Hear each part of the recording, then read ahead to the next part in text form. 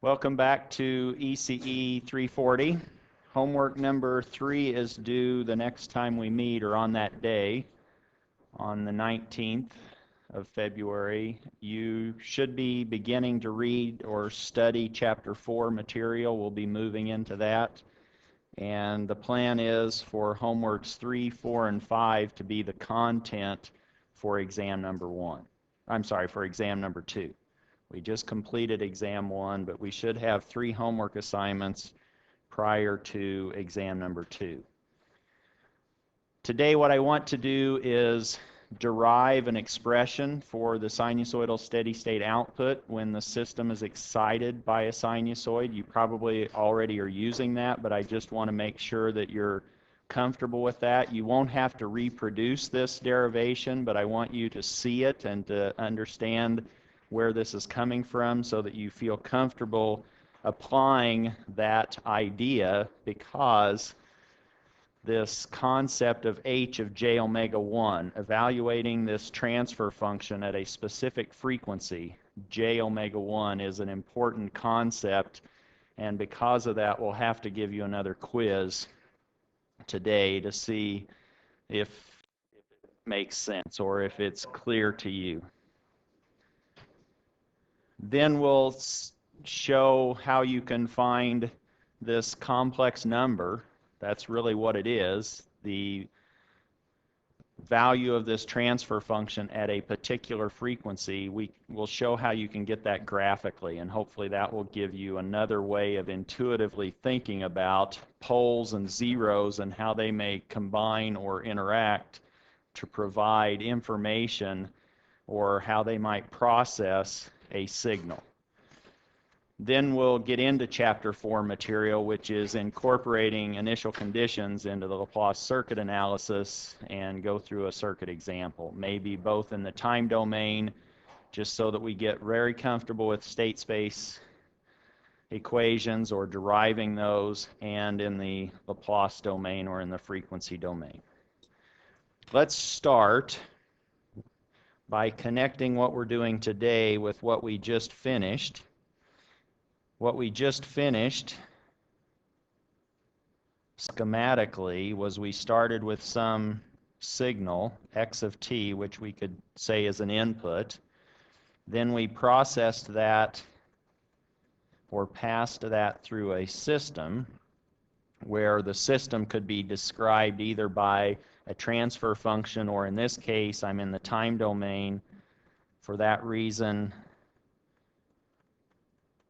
I want to work with the system's impulse response, h of t, which is just the inverse Laplace transform of its transfer function, capital H of s.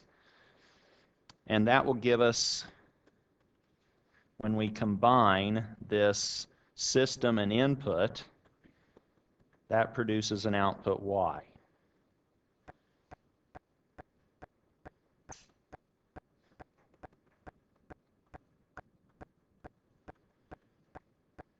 How is y, h, and x related? Is it just a product? In a particular domain, but now I'm in the time domain, aren't I? And I said, let's connect what we're doing today with what we just finished. What we just finished was convolution. There you go. Meaning, we now have the output y is related to the impulse response, and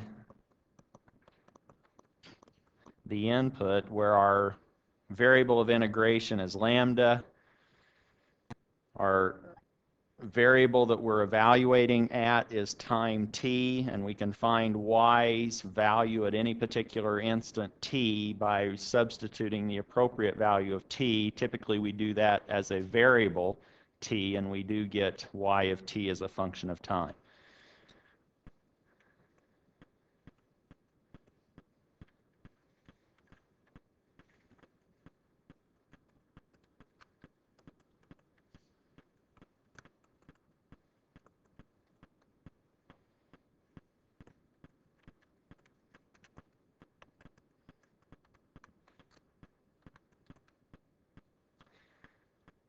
Now I want to ask this general question.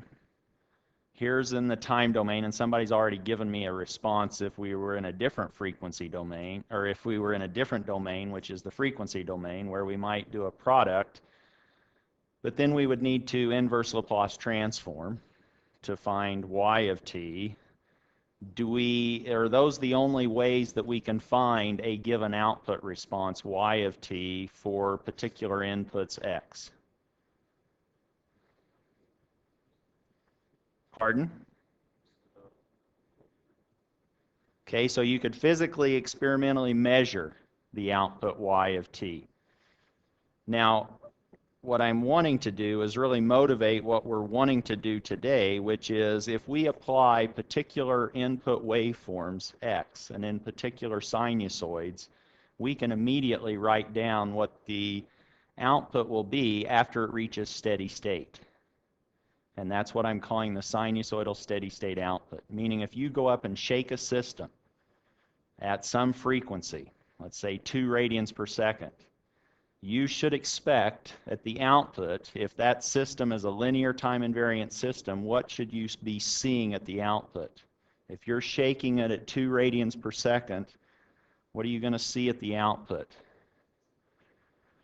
It should be moving at the same frequency, shouldn't it? It should be oscillating at 2 radians per second. Now, its amplitude is going to be different, probably, from the input, and it may be delayed in time. So we need to worry about how this system adjusts the amplitude and changes the time, and that's the magnitude and phase information of our system, H. And that's what we want to look at now. Meaning, if we now apply certain input, and in particular sinusoids, so what about certain types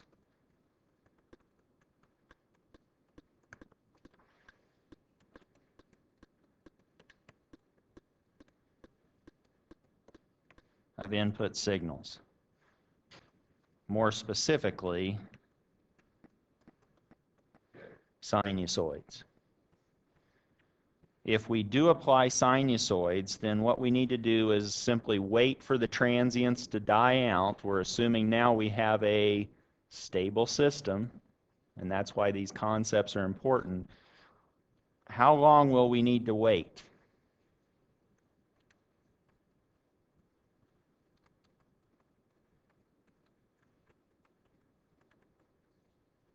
Or when will we actually reach a steady state condition? If I walk up and this system is unenergized, so here's a system, and I start shaking it, how long do we have to wait before it's all we really see is the response due to that shaking at that frequency?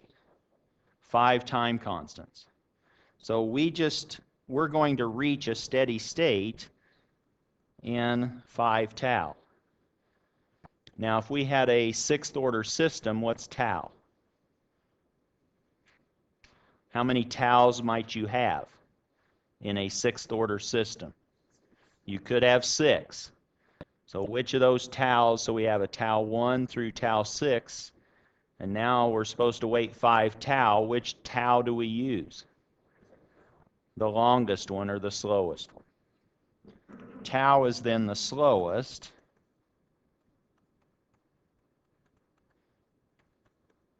or longest, depending on how you want to think of it, time constant in the system.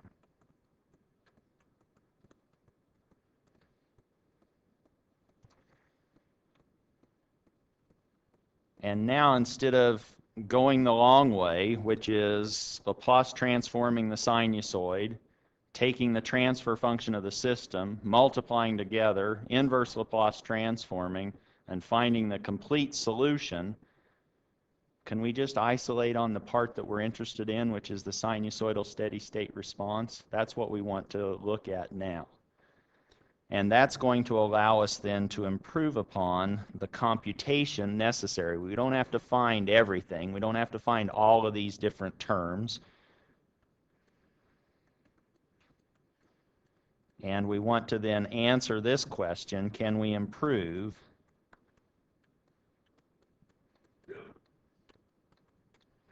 the computation of y of t?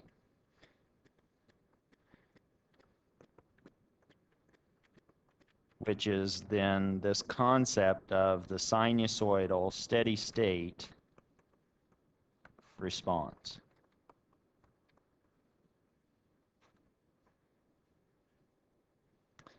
Do you remember the formula for that?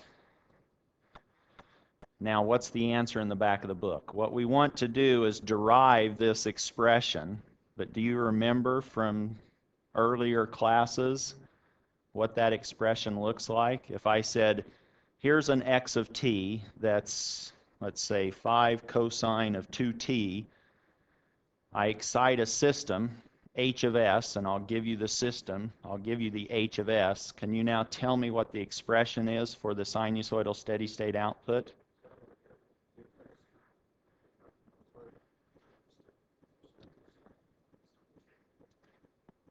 So the response was correct. You were thinking of the total response. All I want is the sinusoidal steady state piece. So you are going to have transients that have these decaying e to the minus something terms.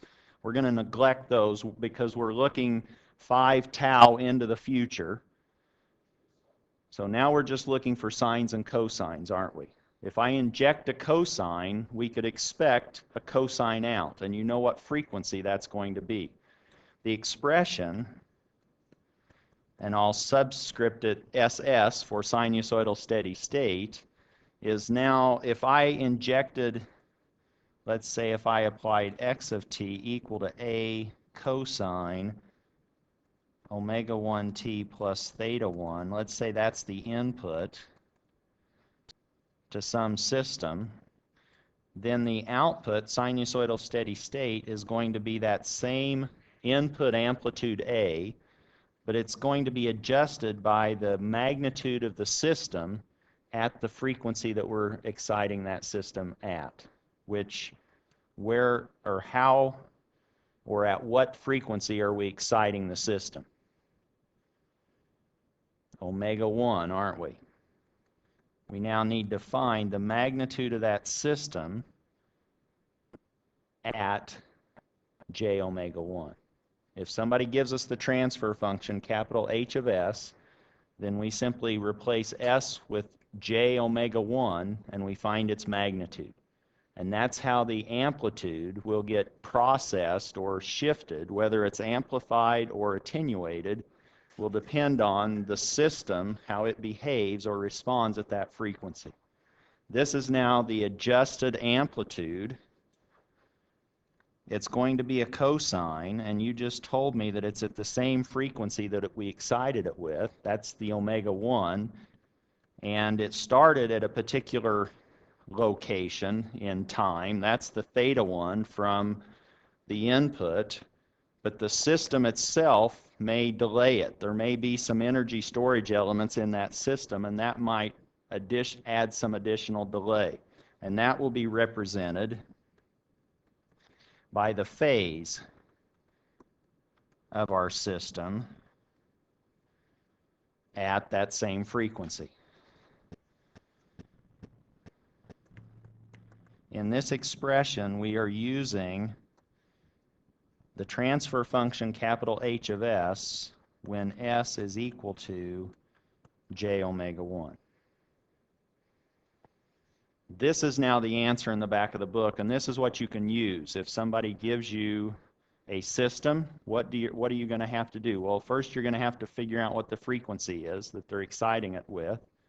Then you will need to make sure that this system, H of s, is stable. If your system is not stable, you're not going to reach a steady state. Those exponential pieces are going to go unbounded. That's when they become very important, those exponentials. You find the frequency of oscillation of your input, you check stability of your system, and then you can just write down the result. You can say this is how the amplitude is adjusted, and this is how it's shifted in time relative to the original input x. And let's now derive this using our friend, the convolution integral. And we're not going to use integration by parts. We're actually going to try to invoke some Euler to make it easy. Okay? So let's now look at this, or deriving this,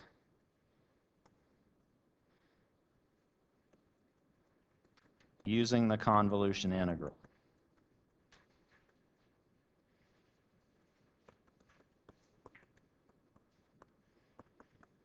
Again, you won't have to rederive this on the exam. You can simply use that result, but I want you to appreciate where it's coming from, or how it's being obtained, or why we can actually use that.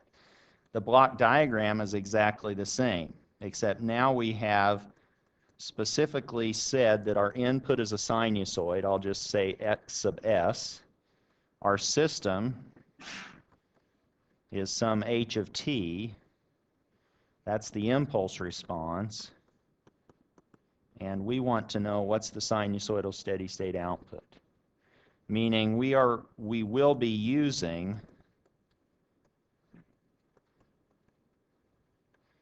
the transfer function of our system, capital H of s, which is the Laplace transform of our impulse response. But a lot of times we just find capital H of s directly by doing some S-domain circuit analysis, and that's what you like to do anyway. If we now have this and the input x, and somebody says, what's the output due to this sinusoidal input, you can write down the result. And what we're doing then is we're finding the sinusoidal steady state output when the input x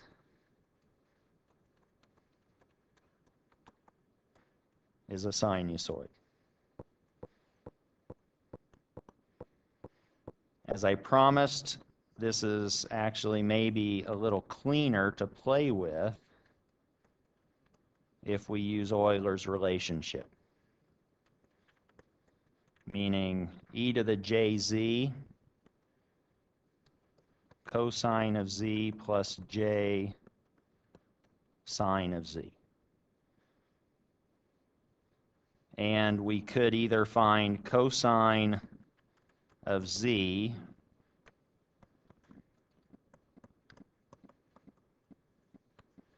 by linearly combining these complex exponentials, but that's kind of the messy way in this case. Let's just play with complex exponentials because those are easier to integrate than sines and cosines. Somebody said, let's do integration by parts. Well, maybe we don't want to do that. Maybe we don't want to integrate sines and cosines, but we might want to integrate complex exponentials. Then we need to simply isolate on a particular piece of that first relationship, which is the real part. Meaning if we simply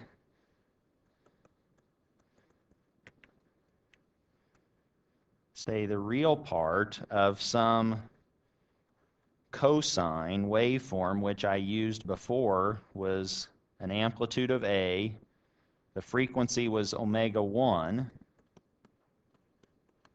with a phase of theta 1, that's going to be the same as A cosine omega 1t plus theta 1 by the Euler relationship. If we go back to our convolution integral, though, we actually need something a little bit more messy than this. We need x of what? We need to flip and slide x if we're not going to flip and slide h. If we want now x of t minus lambda, we can find that again in this complex exponential form by simply replacing t everywhere with t minus lambda. So now we're looking at the real part of A, e to the j, omega 1, t minus lambda, plus theta 1.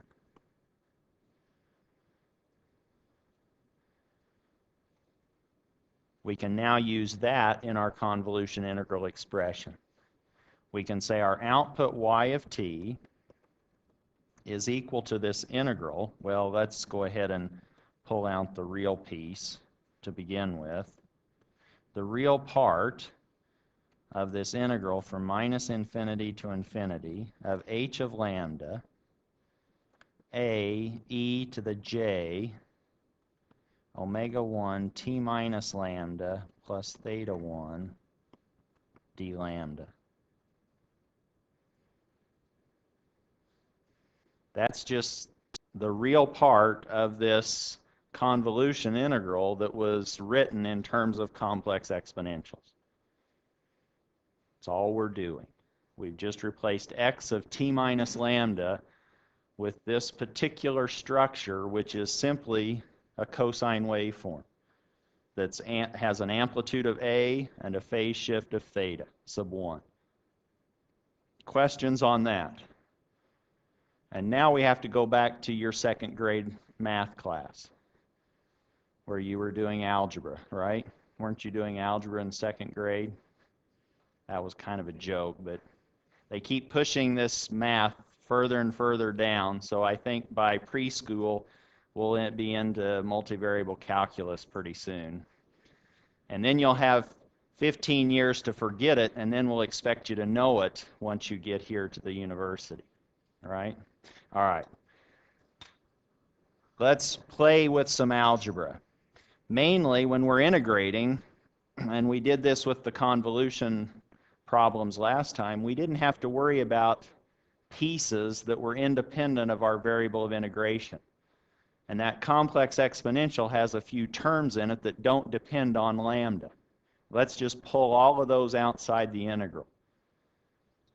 Meaning, first let's identify those. We now have this expression.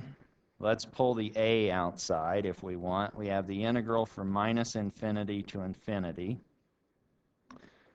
of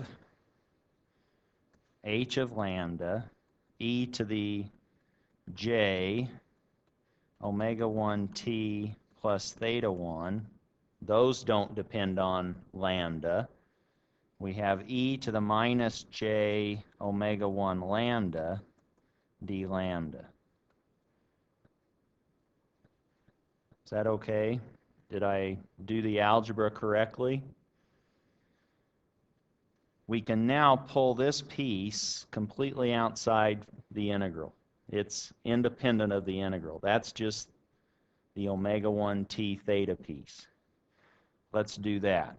We can now rewrite this as the real part of a e to the j omega 1 t plus theta 1 integral from minus infinity to infinity of h of lambda e to the minus j omega 1 lambda d lambda.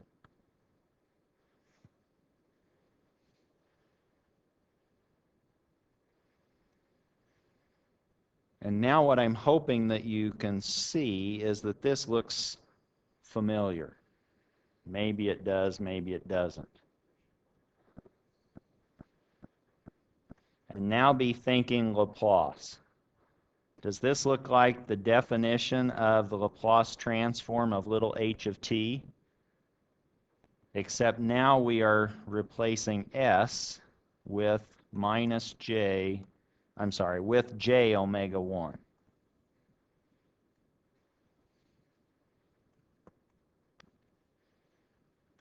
Or this piece. So what's the Laplace transform of h of t? The Laplace transform of little h of t is h of t e to the minus st dt, isn't it? That minus sign is in there. And really all we need to do to relate this integral to the Laplace transform equation is to replace s everywhere with j omega 1, and we will have what we need in that expression.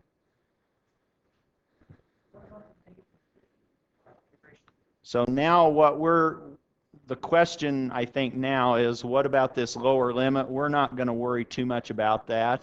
In this class, we will be worrying about the one-sided Laplace transform, meaning we will go integrate from 0 to infinity. But in this case, I simply could have replaced that to begin with in this, wherever I started with the convolution integral. I could have just said, let's look at causal systems and go from 0 to infinity, and I didn't. But if we do, then we end up with this one-sided Laplace transform that we're going to be using in this particular class. Here we're looking at the sinusoidal steady state, meaning we're assuming this has happened from minus infinity to infinity. And we just want to find what's the sinusoidal steady state output, y sub ss of t.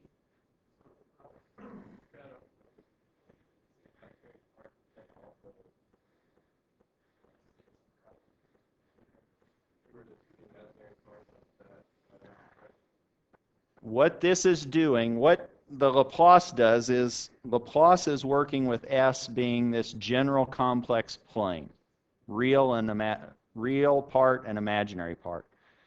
What we are doing right now is we're simply specializing that to be right on the imaginary axis, because we're only interested in the sinusoidal steady state response. That's what this is really representing. When you see an e to the minus j omega lambda, think of a spinning phasor. Just think of a phasor that's going around at a frequency of omega 1. This is really just sines and cosines. Just say this is h of lambda cosine of minus omega 1 lambda plus j sine of minus omega 1 lambda, if you wanted to think of it that way. That's just sines and cosines moving around inside that integral at a particular frequency. If we are okay saying, oh, this is just capital H of j omega 1, let's put that in to simplify, and then you won't even see all these complex exponentials. This will just be the transfer function, capital H of s, evaluated at a specific frequency, omega 1. Meaning we can now rewrite this as the real part of a e to the j omega 1 t plus theta 1. But now let's just say that that's h of j omega 1. We're simply calling it what it is. That's capital H of j omega 1.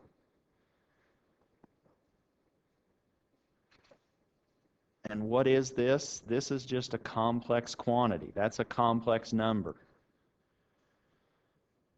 This is now collapsing down everything that's happening at a particular frequency, omega 1. If this is a complex number, we could think of it as a real part and an imaginary part, or we could think of it as a magnitude and an angle. And it might be easier to think in terms of magnitudes and angles because that's what we already have here. Let's now rewrite h, this complex number, in polar form. Meaning we can now rewrite this as a e to the j omega 1 t plus theta 1, the magnitude of h of j omega 1 at an angle h of j omega 1.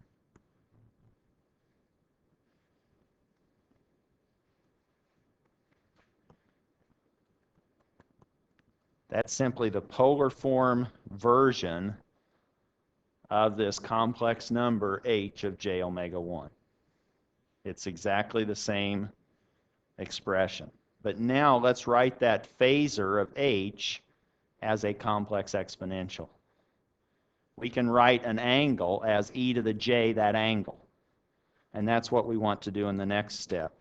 Let's now say that this is going to be the real part of a e to the j omega 1 t plus theta 1. Well, I'm sorry. Do you have your eraser? Let me collect some of these like terms. Let me go ahead and put my magnitude terms together. And now I can say e to the j omega 1 t plus theta 1. And I can say this is e to the j at an angle of h of j omega 1. But now I can combine these exponentials.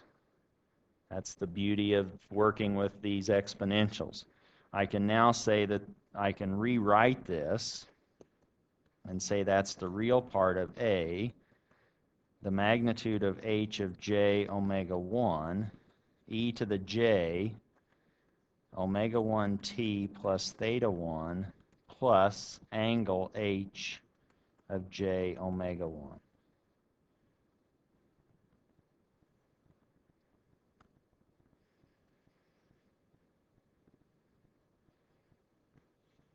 And this should be exactly what we want.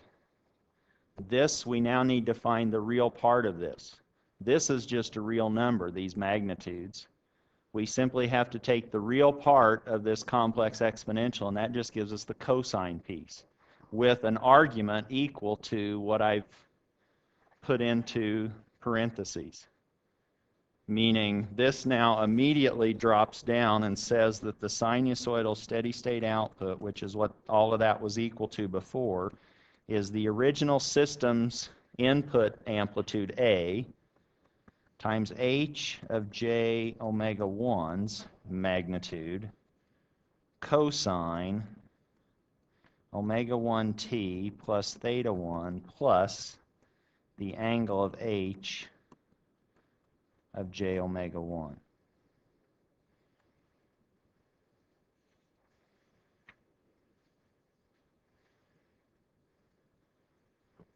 That's the derivation.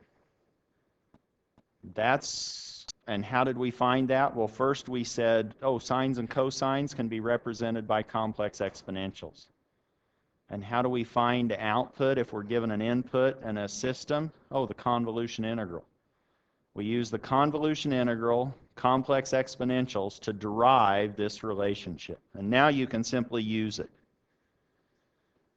What's the application?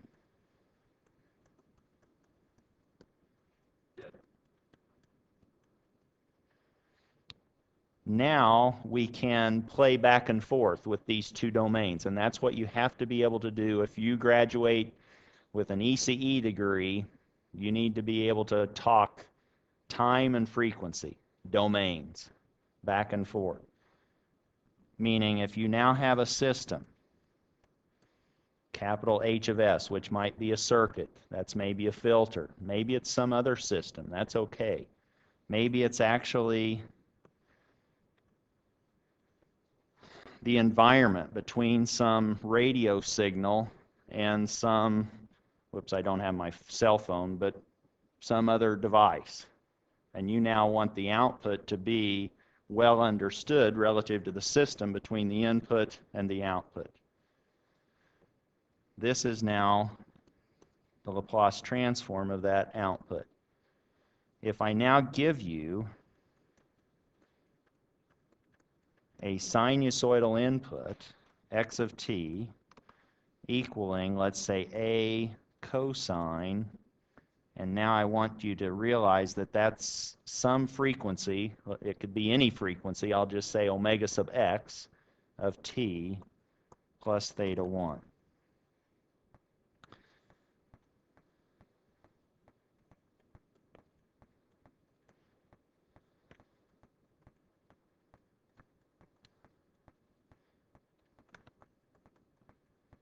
Then if somebody said, well, what's the sinusoidal steady state output? What do you already know has to be being assumed? If they're talking about sinusoidal steady state output, when you go over and you shake this trash can, that's a system, right? This is a linear system. I don't know if you knew that or not. But this is now a linear system. So now you shake that at a given frequency, omega sub x. What do you know about that system if somebody starts talking about the sinusoidal steady state output? Did everybody hear that? First, the system has to be stable. If it's not stable, you're not going to reach a sinusoidal steady state. It's going to go unbounded. Your system, h of s, has to be stable for these rules to apply. Once that's true, then you just have to wait 5 time constants. In electrical time, that's usually pretty short. Let's say you have a 10 millisecond settling time. How long do you have to wait? 50 milliseconds, 0.05 seconds. Somebody flips the switch, you're already in sinusoidal steady state before you even turn around, because you're dealing with an electrical system. Yes?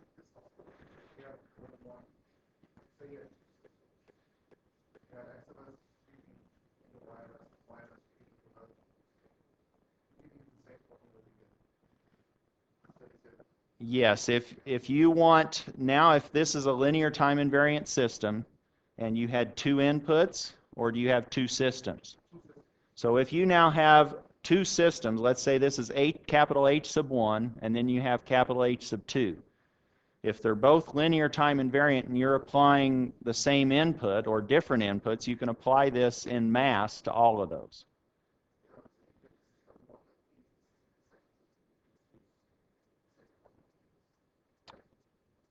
Are you saying that H sub 1 is in cascade with H sub 2? So then if H sub 1 is in basically a serial path with H sub 2, then you take the product of H sub 1 and H sub 2, and that's your new transfer function.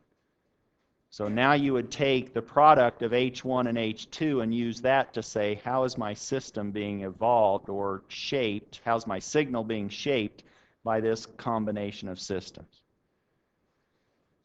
Let's just say that H of S is now that combination. Then we could simply write down the sinusoidal steady state output is A, the magnitude of H of J at, and now I've changed my frequency, it's omega sub x, cosine, the output is shaking at the same frequency that the input was, and its phase is modified by how the system adjusts or changes the phase at H of J omega sub x. That's the application.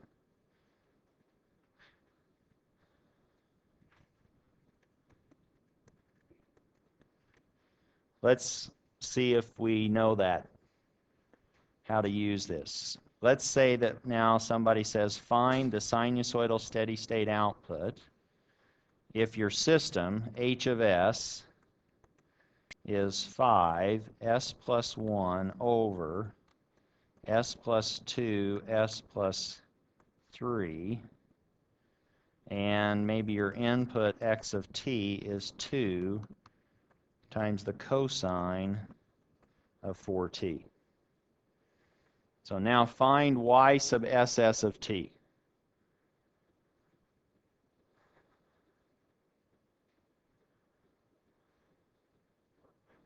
And that could be a test question. You won't turn it in. You'll keep it in your notes.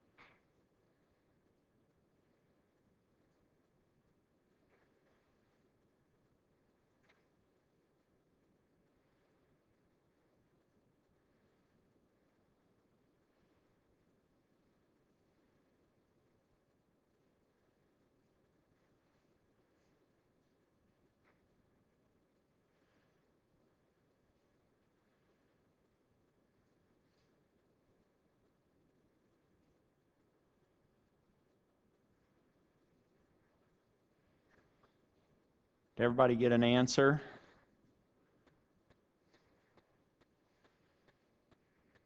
While I was waiting, I was getting anxious, and I thought maybe we could just do this really quickly, and now I'm really going to probably open up a can of worms, but we could do it pretty quickly with this, with your calculator, can't we?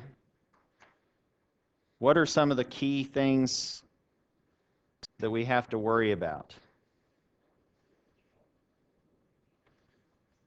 We need the magnitude of h, but what do we need relative to, how do we find the magnitude of h? Do we find it for all frequencies? What's the frequency we need to find? And we need the phase, don't we? What did you find for h of J4?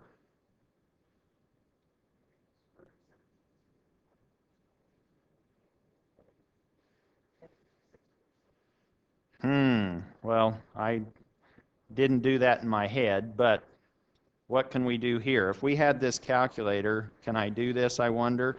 Let's say if we have 5 times, did I get a times? Oh, I don't know what's, uh-oh. This isn't going to work, so I'll just have to do it here. What was my numerator? S plus 1?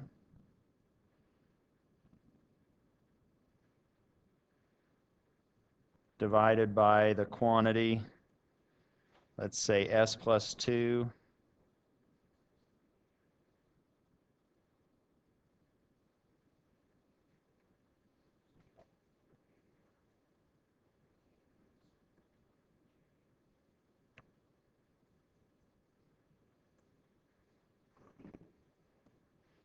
Is that okay?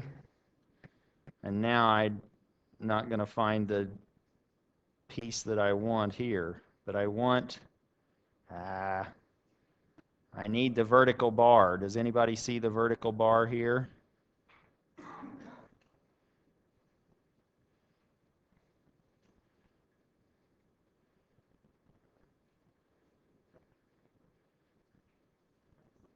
No, I hope I want this guy. I want that guy.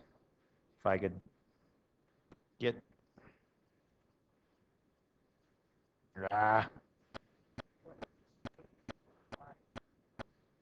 can, but I wanted to do it with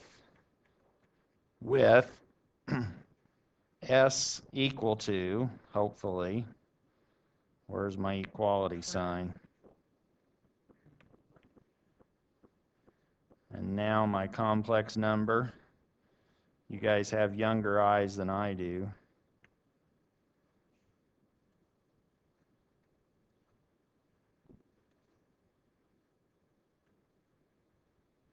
So does that look like what you had? Or maybe we need to go in here and we need to say absolute.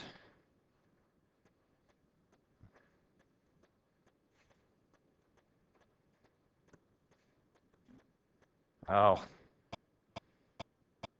Or I could do the same thing. Let me.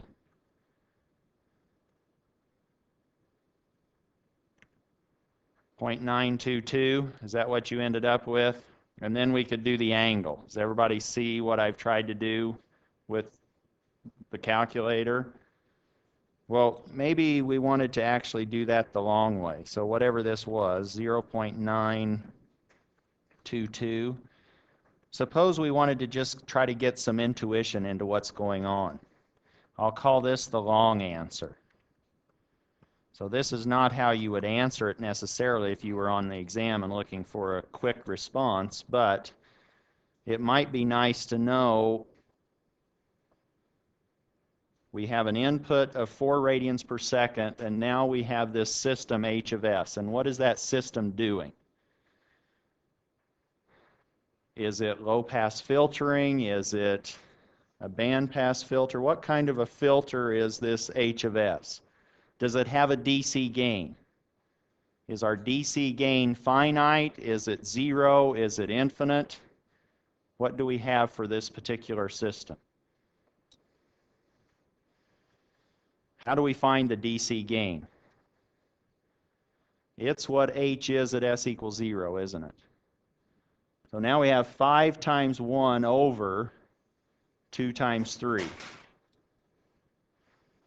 Last semester, I would usually collect calculators that would end up on the ground because people didn't want those calculators, I assumed, and so I ended up with 5 or 6 different calculators. eBay, you get a pretty good price on those.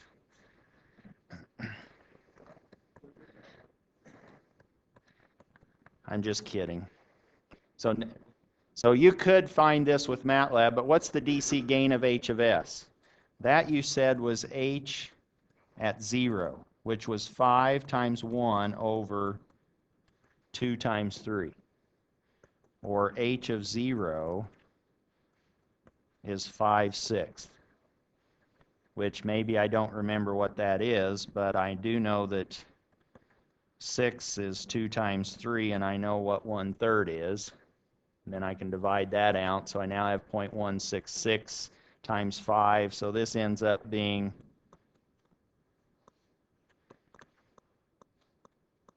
at low frequencies, this system is going to attenuate any input that's put in. If I put in a DC signal to this input, or to this system, that DC signal would be collapsed down 83% of where I started.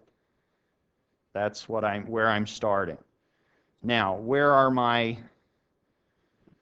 if I'm thinking about a Bode plot here, or a magnitude response, now I'm looking at this for all frequencies. I know at low frequencies it's 0.86 or 0.833. Then what happens? Where are my poles?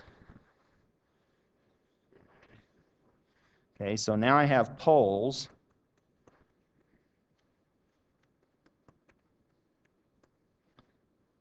I have one at -2, and I have a second one at -3 radians per second. What about my zeros? Do I have any finite zeros? It was at -1. Now I can basically, on the back of an envelope, sketch the magnitude of this Bode plot. And if you don't see this, we'll get to this in a little bit, maybe in a couple of lectures, the Bode plot behavior. But what do we know? We know that we're starting our magnitude at low frequencies in dB as 20 log of 5/6. So that's where we're coming in. That's the value here. Then what happens? Which of these zeros and poles happens first? If we're marching along in frequency and we're increasing frequency from DC, DC is 0, then which of these numbers is the smallest? Well, I'm sorry. In magnitude, which of these is the smallest? I now need to look at frequency in terms of absolute values of these quantities. My 0 is happening at 1 radian per second, isn't it? My poles are happening at 2 radians per second and 3 radians per second. That's what I have happening, meaning I'm starting off at DC with a magnitude of 20 log of 5/6. Then I hit my 0 at omega equal to 1. And what happens at that point? What do zeros do? Zeros are upstairs, so they go up. They're breaking up at 20 dB per decade, or 6 dB per octave, where an octave is a factor of 2. Meaning I'm now going up, let's say at 6 dB per octave. And in fact, an octave later, I will be at omega equal 2, and something magic happens at omega equal 2. That was where I had a pole, wasn't it? So now I'm 6 dB up above 20 log of 5/6. And what happens now? Now I go flat, don't I? And then I reach my next pole. This is not accurately sketched. Omega equal 3. And then what happens? That's another pole, so now I'm going down at either 20 dB per decade or 6 dB per octave. What do I know this frequency to be? We're in radians per second. This may not be sketched very accurately, but if this dashed black line is the same as 20 log of 5 over 6, and this straight line approximation is, let's say, accurate, where is that negative sloping green magnitude going to cross? I went up 6 dB, didn't I? Because this was an octave from 1 to 2. Now, my slope is still down, but it's 6 dB per octave down. So I have to go down an octave, don't I? Or I need to, my horizontal distance will be an octave. What's an octave above 3?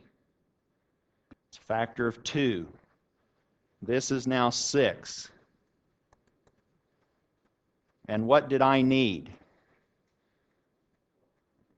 I needed omega equal to 4, didn't I? So 4 is between 3 and 6 on a logarithmic scale. It's going to be about right here. And now I know what my magnitude is at omega equal to 4.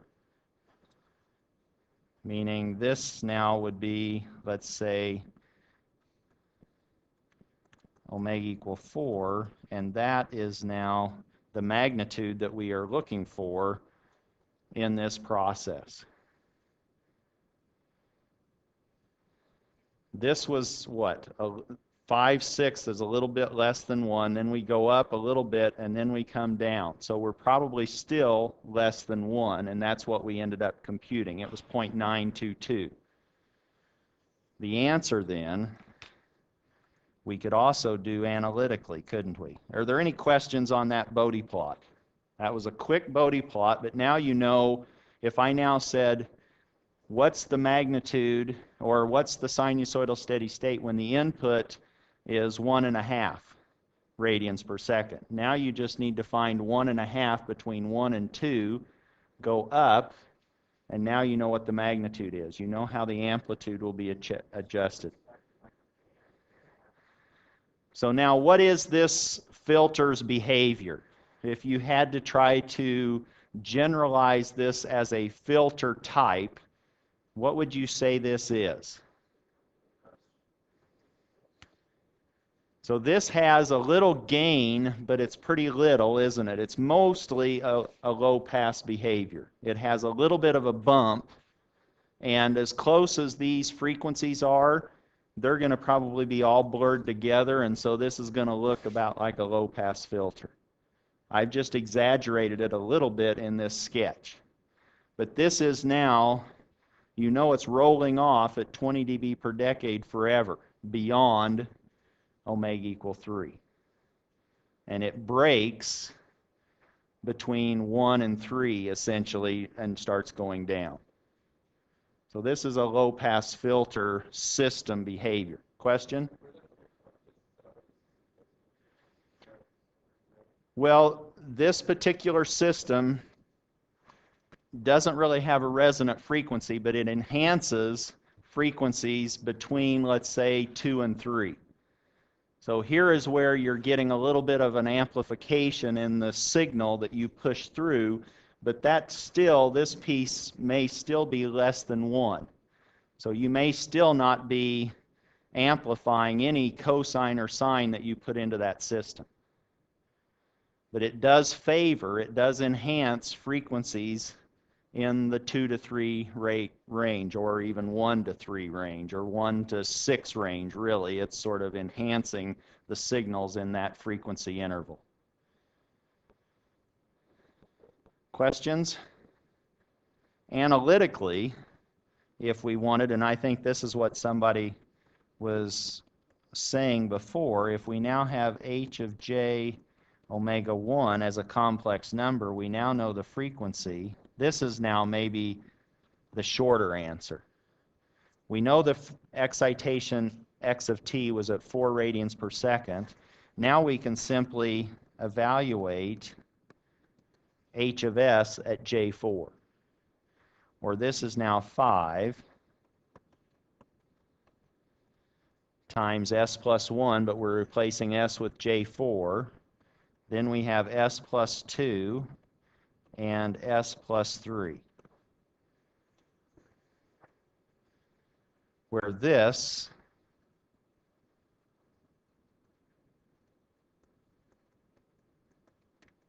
is a complex number. And we could find its magnitude and angle. If we wanted the magnitude, we now have 5, and then we just take the real part and imaginary part and find the magnitude of those. So we have the real part squared plus the imaginary part squared. Downstairs we have 2 squared plus 4 squared and 3 squared plus 4 squared. Pardon? Did I do something wrong? Oh, you're saying that, so this particular value is right there, isn't it? So we have a 3, 4, 5 triangle, and those two cancel, and now we have this square root of 17 over the square root of 20, which is now the square root of 17 over 20, and maybe this is what somebody was shouting out before. Now if I wanted to think about that, I might multiply both top and bottom by 5 to give me something that I can think of. 17 times 5 is 85. And so that now gives me this 0.922. Then if I wanted the angle,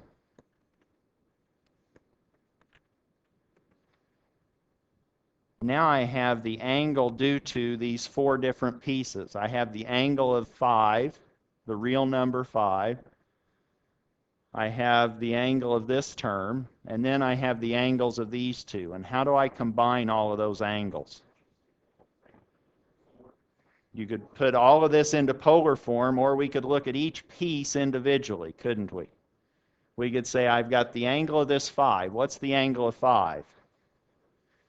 That one's 0. So if we did this the long way, I would say I have the angle of 5 plus the angle of 1 plus j4, and then I need to subtract those downstairs angles.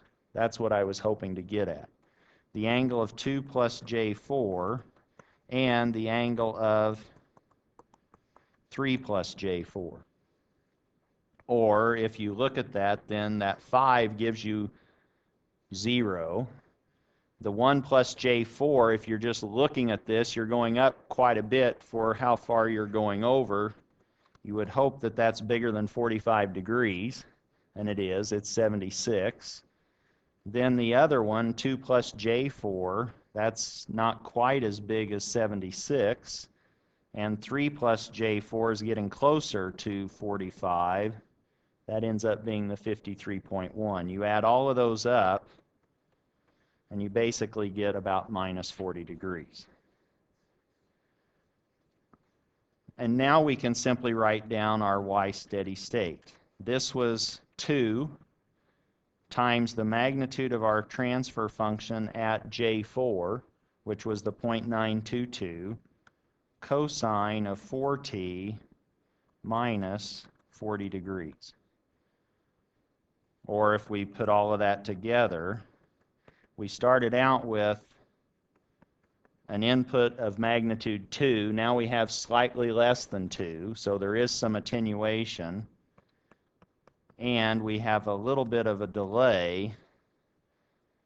And here you need to make sure, if you're computing this numerically at a particular instant of time t, 4t is in radians, 40 degrees is in degrees. You need to make sure that you convert one of those to the same consistent units and then take the cosine of either the radian result or the angular result. Question?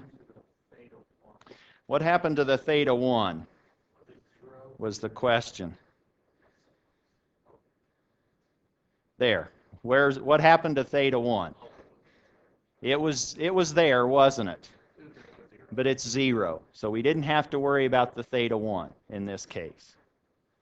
Other questions on that? So how have we done this? Well, we haven't done it in MATLAB, but we've done it with a Bode plot. We've done it with a calculator. How about, since you guys are mostly visual learners, let's do it graphically.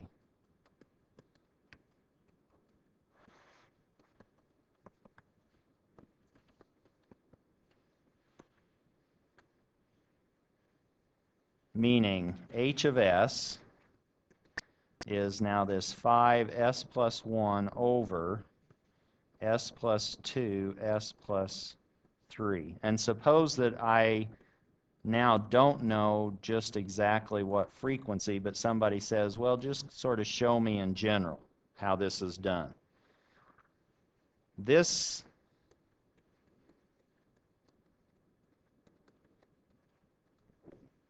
as an expression is what I call pole zero form.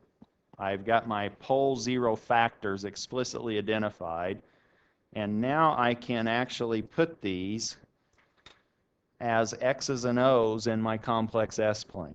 Meaning, here's my s-plane,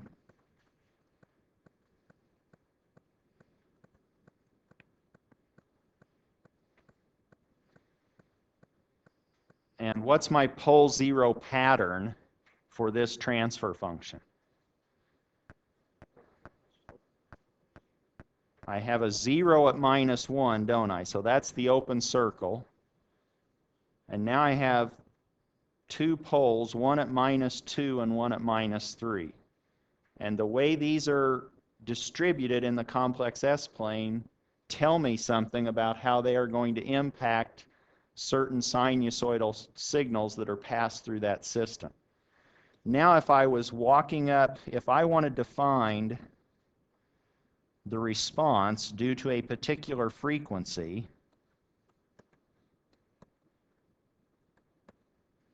I'm actually interested in physically walking along this imaginary axis. And now we might as well take a big adventure and go to the circus.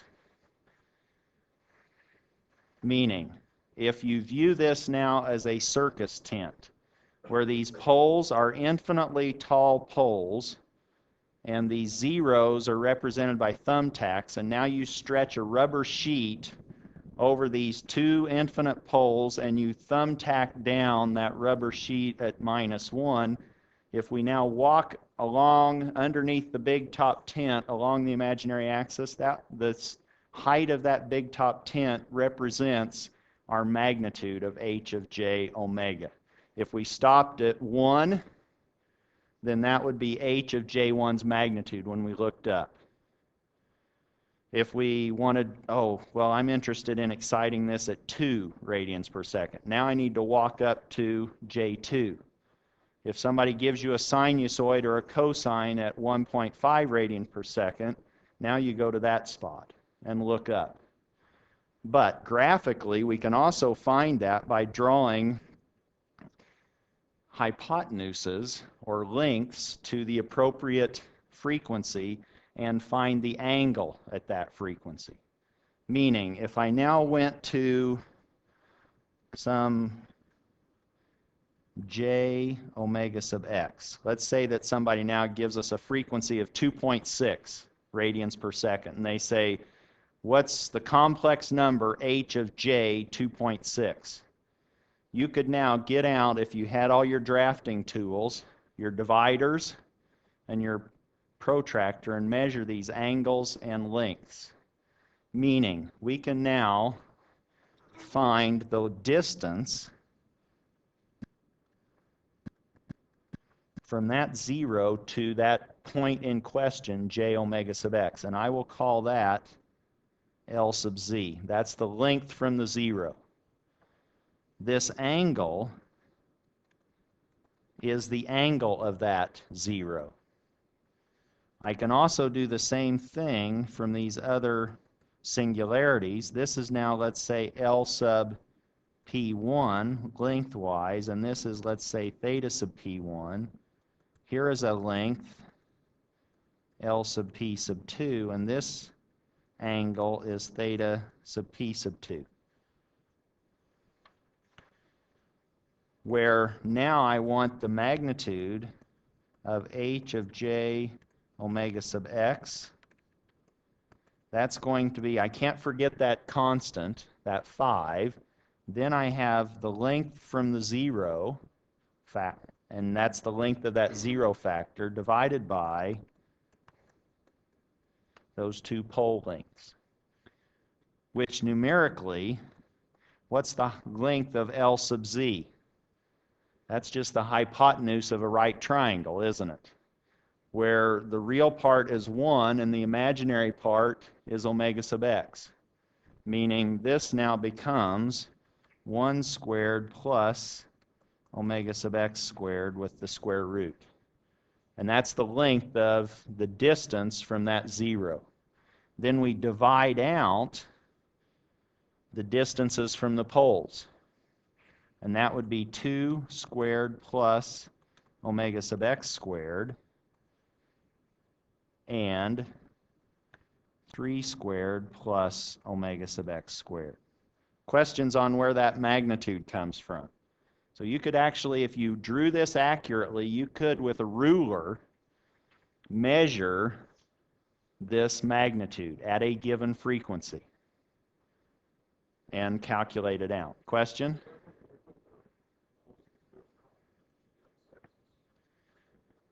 No. So the question was, does this only work when we have real poles and zeros? And the answer is no.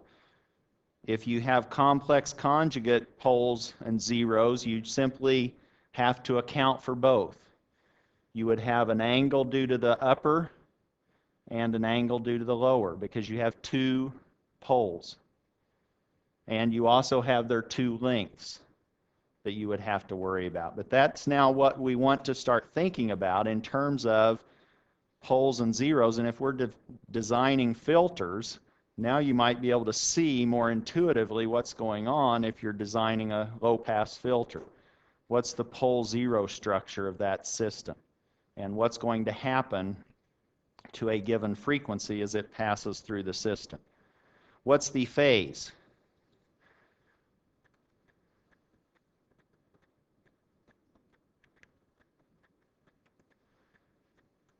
This is now the angle of the constant 5, which was 0 degrees, plus theta sub z minus those two poles, angles.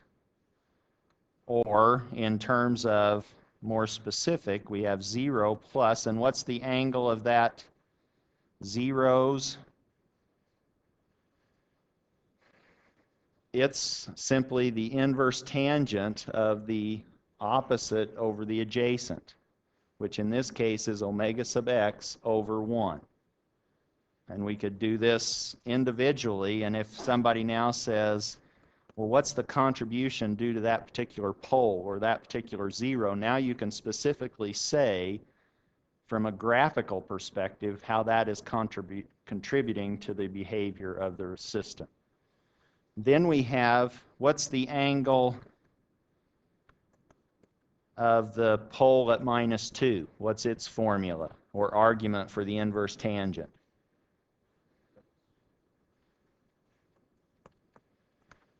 We walk over real distance of 2, that's the adjacent side, and we're still going the vertical distance of omega sub x, aren't we?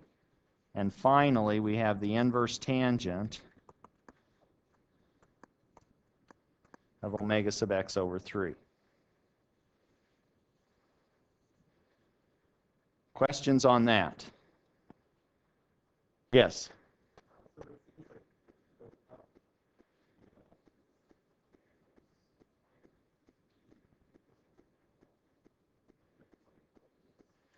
Okay, so now the question was, it's not making sense, maybe. But what are we doing? Remember that we are dividing by these pole lengths, and in the numerator we have our zero lengths. Now, effectively, if we just did this real quickly, what could you say? You could say, well, these two are pretty close, and when it gets high, I'm going to just say those two basically cancel each other out. And then what do? We're just dividing by a really long L sub p sub 2. And that's dividing the 5. So as we go further and further in frequency, we have 5 divided by a bigger and bigger number. And what's that doing? That's shrinking, just like our Bode plot told us we should be getting. So what you should be starting to do is thinking back and forth with these different ways of representing the same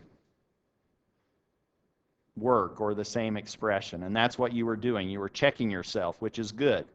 You're saying, what's going on? I thought the Bode plot was rolling off. Well, now if you go back to this graphical approach and real quick say these two are basically canceling each other out, and now I just have this single pole, and I continue to divide by that. As I get further in frequency, I'm dividing by a larger and larger number. So this distance is increasing, but we're dividing by that. Does that explain that? And what about the angles? On the Bode plot, you could draw this out in quickly, a pole zero pattern, and then you could say, what's the angle at high frequencies? If I now stand here at -1 and I look up as the frequency increases, what's the angle that this theta sub z is going to approach? It's going to approach 90 degrees, isn't it? What's theta sub p1? 90. What's theta sub p2?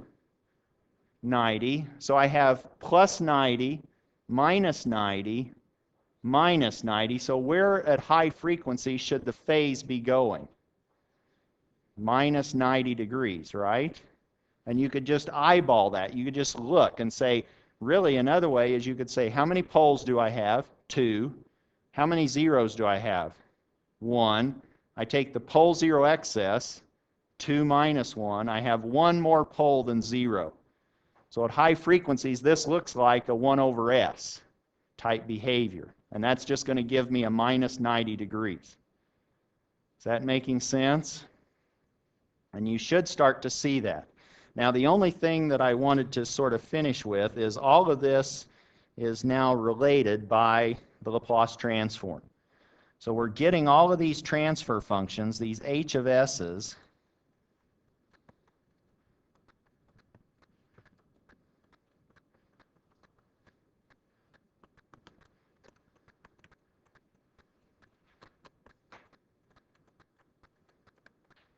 from the Laplace transform. And the way that we are defining this Laplace transform, capital H of s, is this integral from 0 to infinity of h of t e to the minus st dt. And what really is that? Well, that's saying that we're taking the entire history of our impulse response from 0 to infinity, and we're scaling that or comparing that with all of the possible frequencies that could exist.